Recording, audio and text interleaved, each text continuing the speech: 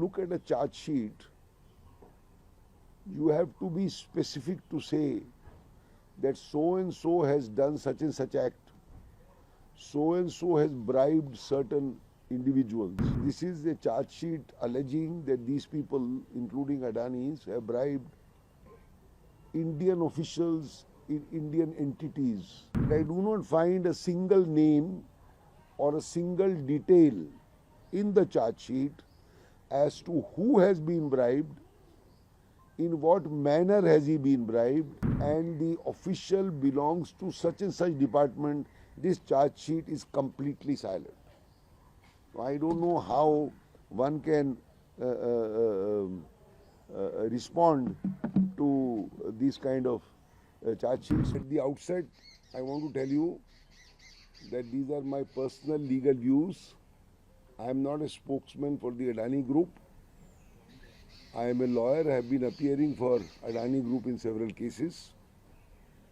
So I have gone through this indictment by the US court running into some 54 pages.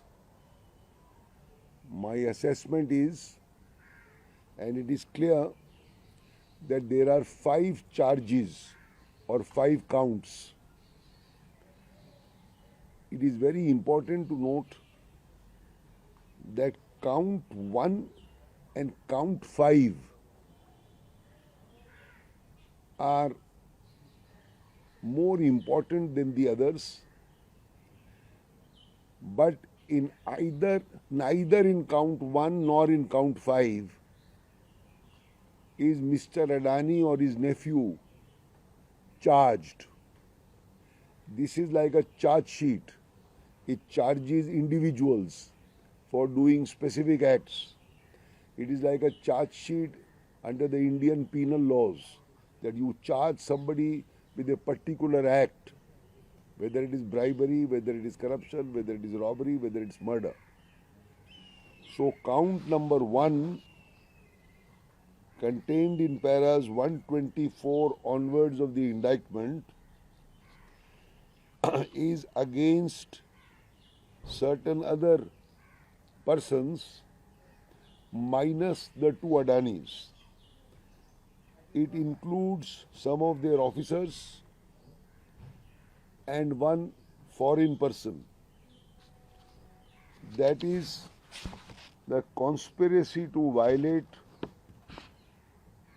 the Foreign Corrupt Practices Act. It is called FCPA. It is somewhat similar to the Prevention of Corruption Act in India. So the first allegation is that there is a conspiracy to violate the Foreign Corrupt Practices Act framed by the US Parliament. In that, the Adanis are not named, their officers may be named. That's 1. Then there are 2 or 3 other counts relating to securities and bonds. In those 3 counts, the Adanis and others are named. In the last count, which is a very important count, is a count relating to obstruction of justice. In that count, namely count number 5, the Adanis are not named, but their officers are named. So it is, maybe I made a mistake in count number 5.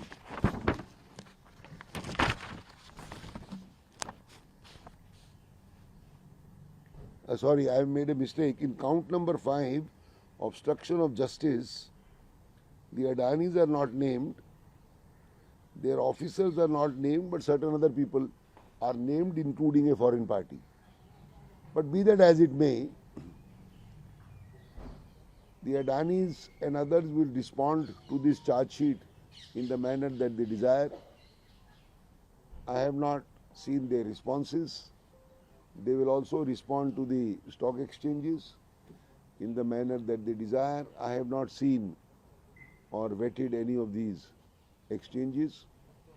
These are my personal views which I have mentioned. after having a look at this charge sheet.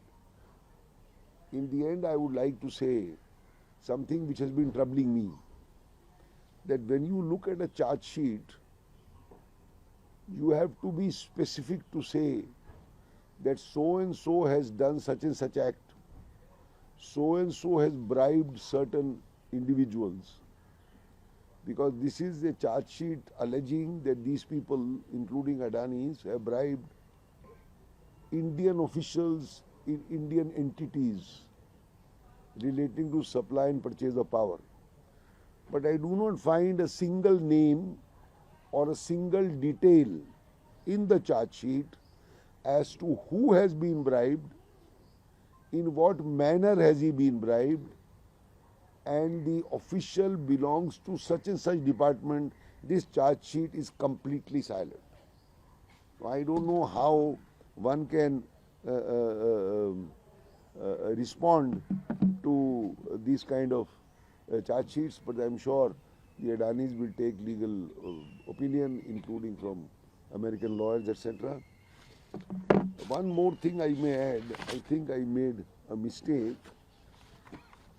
It is correct that in count 1 and count 5, the Adanis are not named, but several other persons are named.